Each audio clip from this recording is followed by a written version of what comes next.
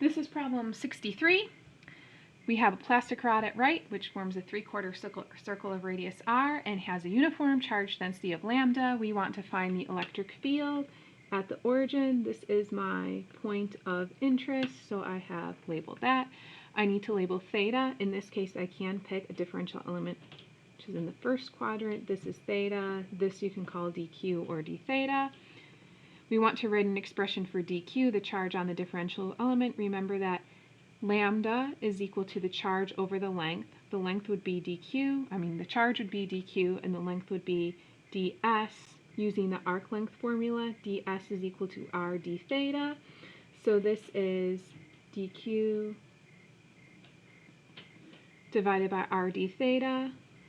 So dq is equal to lambda times r d theta. Remember in the previous problem I was saying all the problems with circles are pretty much the same except for the limits of integration and whether you're given lambda or q and whether you're given the radius or r. So if we go back to the radius or L, so if we go back to the previous problem, it's pretty much the same thing. So I'm going to try and go through this problem a little bit faster because it's not that much different from the previous one. Write an expression for r, the distance between the differential element and the point of interest. Well, that is just equal to the radius, so little r is equal to capital R. And then if we remember, whenever we have a circle and the point of interest is at the origin, we can say this, r hat is equal to negative cosine theta I hat minus sine theta j hat, except for like in your lab when you had the circle and you were looking on the z-axis and then it's a three-dimensional problem instead of a two-dimensional problem, and that doesn't work anymore. Okay, so now we're ready to write our expression for the electric field. So we have the integral of, let's choose our limits of integration now. We're going from 0 to 3 pi over 2. I have k times dq.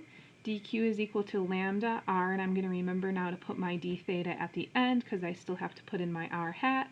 I have an r squared in the denominator and an r hat, which is negative cosine theta I hat minus sine theta j hat.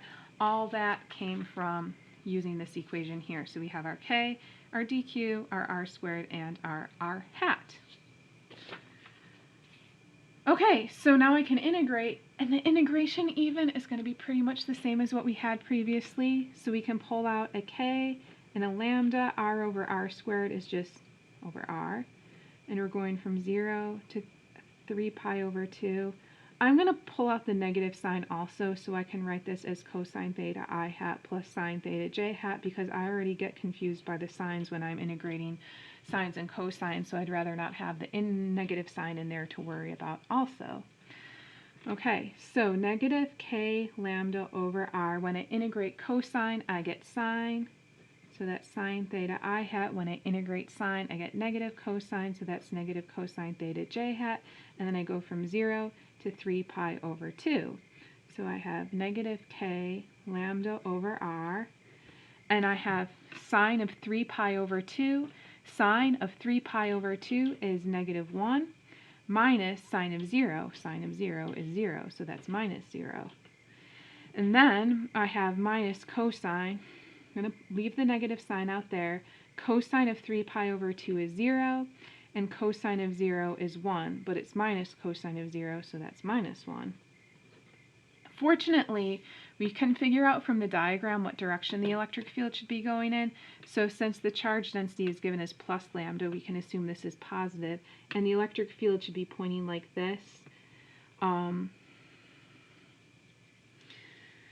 So that would be positive I hat, negative j hat. If I redistribute this negative sign, I have k lambda r. This is negative times negative 1, so that's 1 I hat.